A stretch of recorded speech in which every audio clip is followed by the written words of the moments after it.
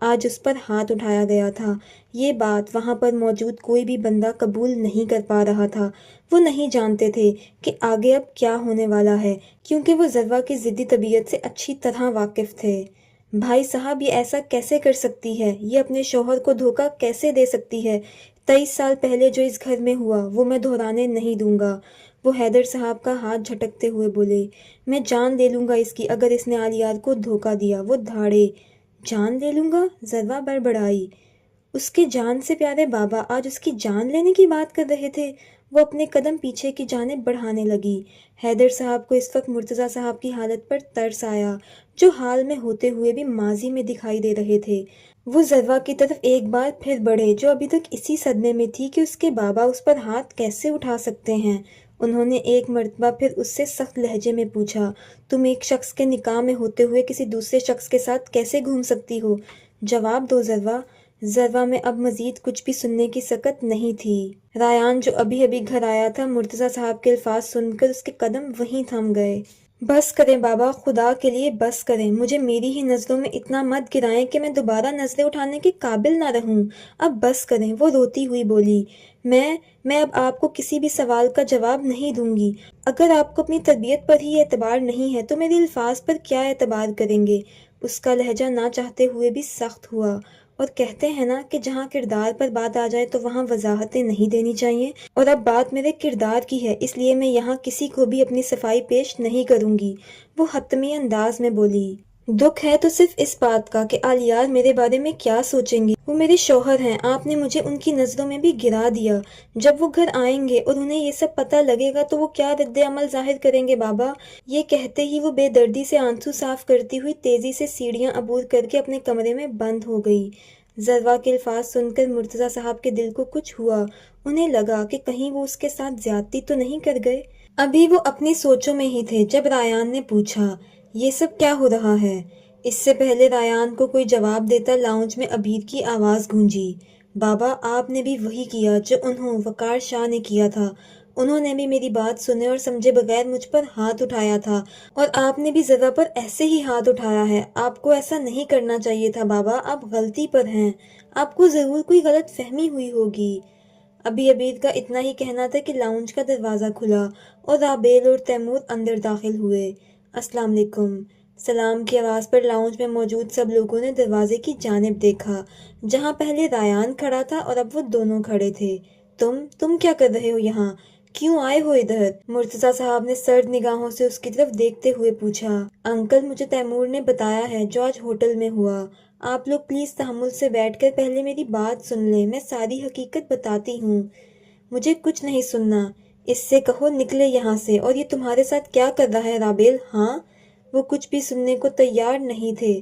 مرتضیٰ، تم بچی کو کچھ بولنے کا موقع بھی دو گے یا نہیں؟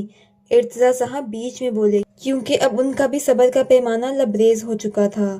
سب کے لاؤنج میں بیٹھنے کے بعد رابیل نے بولنا شروع کیا، انکل یہ تیمور ہے جس سے میرا رشتہ پکا ہوا ہے۔ میرا اور ذروہ کا پیار تو آپ جانتے ہی ہیں۔ میں منگنی سے پہلے ایک دفعہ ذروہ کو تیمور سے ملوانا چاہتی تھی، اس لیے ہم ہوٹل گئے تھے، لیکن وہاں جب میں شرٹ صاف کرنے واش روم گئی تو میرے پیچھے آپ کو غلط فہمی ہو گئی۔ مجھے جیسے ہی تیمور نے بتایا تو میں فوراً یہاں آئی۔ رابیل نے آہستہ آہستہ سارا واقعہ سب کے گوشت گزار کیا۔ ساروں نے مرتضیٰ صاحب کی طرف دیکھا جو اب سب سے نظریں چرا رہے تھے۔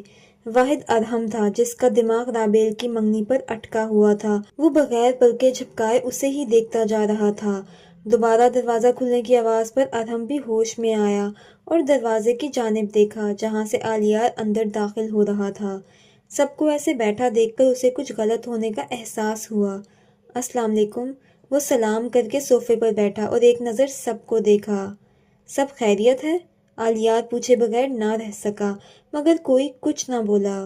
کیا ہوا ہے؟ آپ لوگ پریشان دکھائی دے رہے ہیں۔ اس سے پہلے کہ کوئی کچھ بتاتا، چیزیں ٹوٹنے کی آواز آنے لگی۔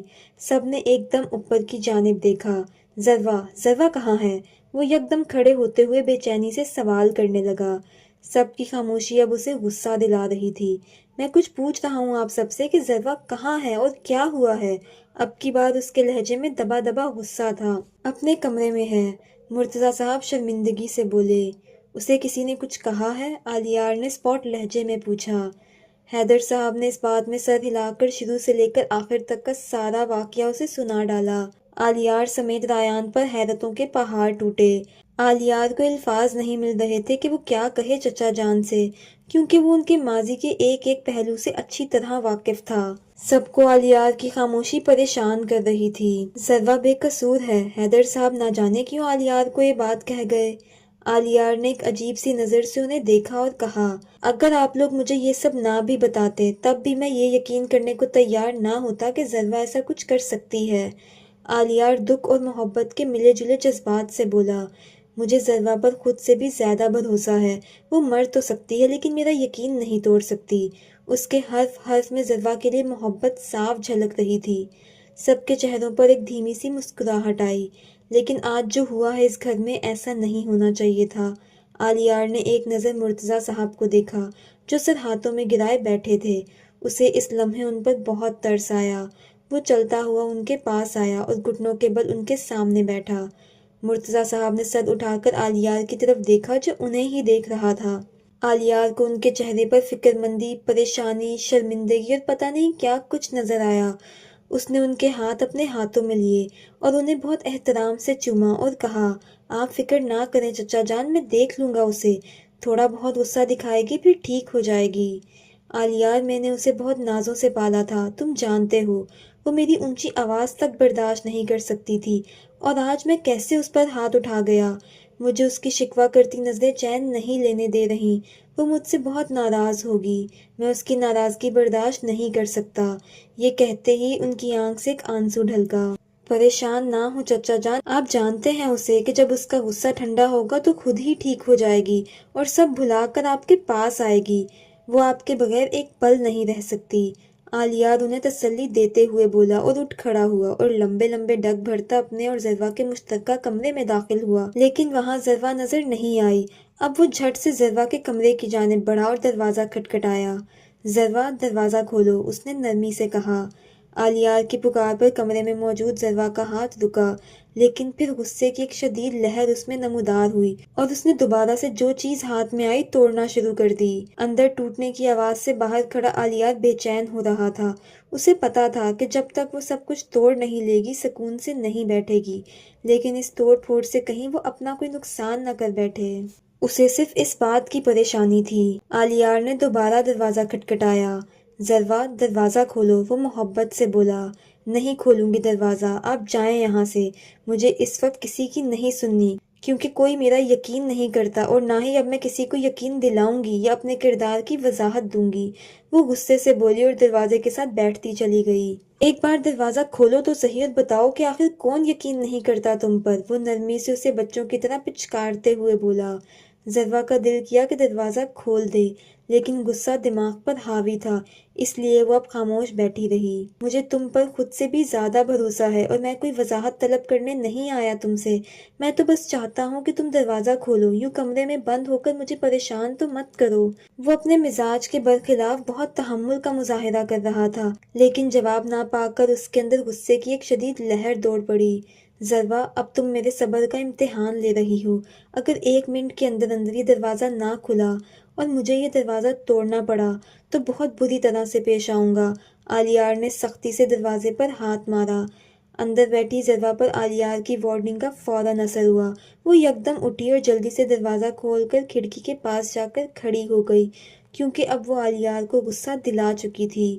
آلیار نے اندر قدم رکھا اور ایک نظر کمرے کی حالت دیکھنے کے بعد نفی میں سر ہلایا اور دروازہ بند کر دیا۔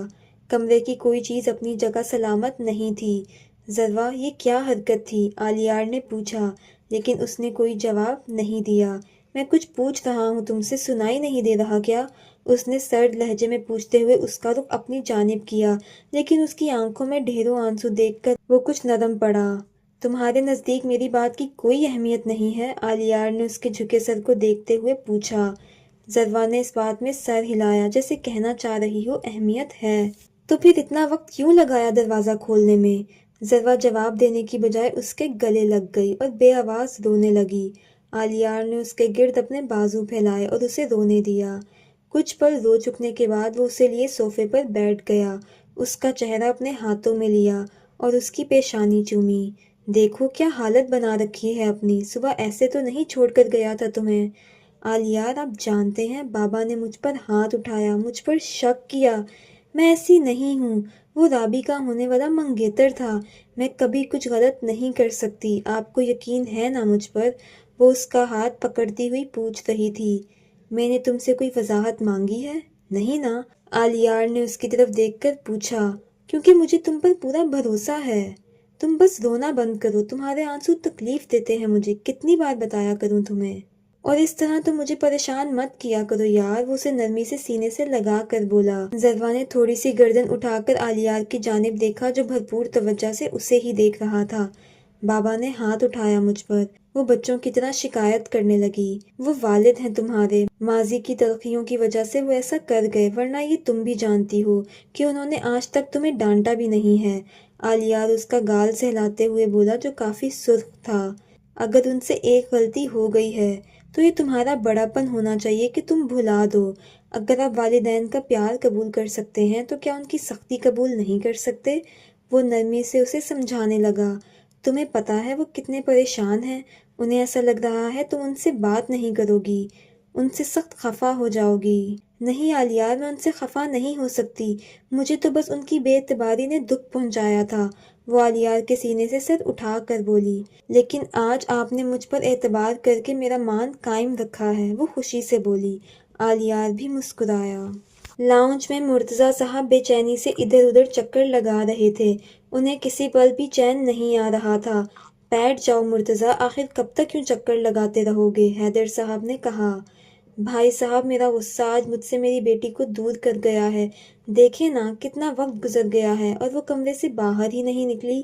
آ جائے گی، آلیار ہے نا اس کے پاس، اب تھوڑا تم بھی حوصلہ رکھو، ارتضیٰ صاحب نے سمجھایا۔ مرتضیٰ صاحب نے کچھ دیر بعد غور کیا کہ ماں جی ان سے بات نہیں کر رہی۔ ماں جی؟ وہ ان کے پاس بیٹھے۔ میں نے آپ کو بھی ناراض کر دیا؟ مرتضیٰ صاحب نے پوچھا۔ میں نے تمہیں ہاتھ اٹھانا تو کبھی نہیں سکھایا مرتضیٰ، ماں جی کا لہجہ افسردہ تھا۔ میں شرمندہ ہوں، ہونا چاہیے بھی۔ انہوں نے صاف گوئی کا مظاہرہ کیا۔ معاف نہیں کریں گی مجھے؟ انہوں نے ماں جی کا ہاتھ پکڑ کر پوچھا۔ ماں جی نے کوئی جواب نہیں دیا تو مرتضیٰ صاحب نے مدد طلب نظروں سے حیدر صاحب کی طرف دیکھا۔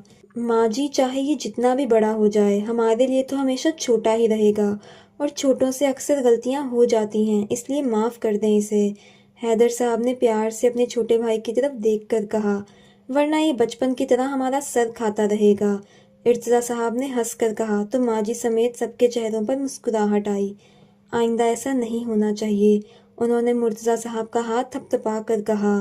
کبھی نہیں ہوگا، وہ مسکرائے۔ اچھا ذرا، ساری باتوں کی ایک بات، یہ کمرہ کون صاف کرے گا؟ آلیار نے اس کی طرف دیکھتے ہوئے اسپاٹ لہجے میں پوچھا۔ ملازمہ، وہ منمنائی۔ ملازمہ کیوں کرے گی؟ جس نے اس کمرے کا نقشہ بگاڑا ہے وہی صاف کرے گی، اس نے سنجیدگی سے کہا۔ سوری، ذروا نے اس کے کندھے پر سر رکھ کر شرمندگی سے کہا۔ سوری سے کام نہیں چلے گا، مجھے رات تک یہ کمرہ واپس اسی حالت میں چاہیے ہے۔ اس نے رعایت نہ دینے کا سوچا تھا۔ میری تم سے محبت ایک طرف، لیکن تمہاری یہ غلطی قابل معافی نہیں ہے، جانتی ہو لوگ ترستے ہیں ان چیزوں کے لیے جنہیں تم آرام سے توڑ دیتی ہو۔ آپ ذروا سے پیار نہیں کرتے؟ اس نے لاڈ سے پوچھا۔ کرتا ہوں، وہ مبہم سا مسکرایا۔ تو آپ ذروا کو کیسے سزا دے سکتے ہیں، اور سزا بھی ایسی کہ جس میں اس کی جان کو خطرہ ہو؟ جان کو خطرہ؟ سیریسلی؟ آلیار نے گھورا۔ ہاں، کوئی کانچ لگ گیا میرے ہاتھ میں تو خون بہے گا نا، اور زیادہ خون بہنے کی وجہ سے میں مر بھی تو سکتی ہوں، وہ مسکراہٹ دبا کر سنجیدگی سے بولی۔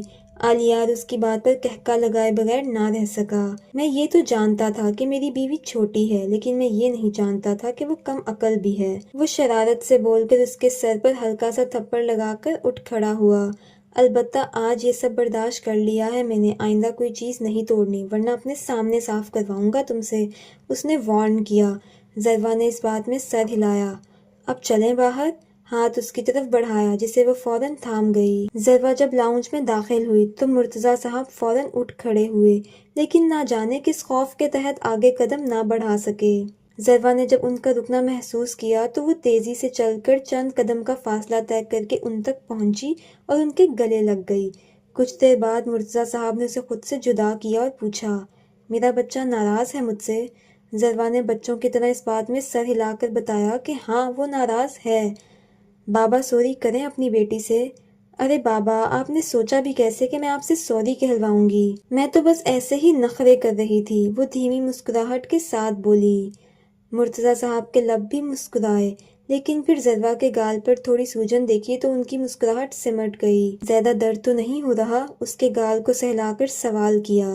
اگر درد ہو بھی رہا تھا تو اب نہیں ہو رہا، وہ اپنے گال پر موجود ان کا ہاتھ اپنے ہاتھوں میں لے کر بولی۔ خیر چھوڑیں یہ سب اور ایک بات سنیں، کیونکہ آج مجھ مظلوم کے ساتھ ظلم ہوا ہے تو اس مظلوم کو خوش کرنے کے لیے آپ اسے سی سائڈ پر بھی لے کر جائیں گے اور روز ایک ہفتے تک آئس کریم بھی کھلائیں گے۔ اس نے ان کی پریشانی کم کرنے کے لیے جان بوجھ کر بات کو اس جانب گھمایا۔ ٹھیک ہے میرا بچہ۔ پھر سب نے ہنسی خوشی چائے پی اور ساتھ ساتھ تیمور سے باتیں بھی کیں۔ سب کو تیمور بہت اچھا لگا تھا، سوائے ارحم کے۔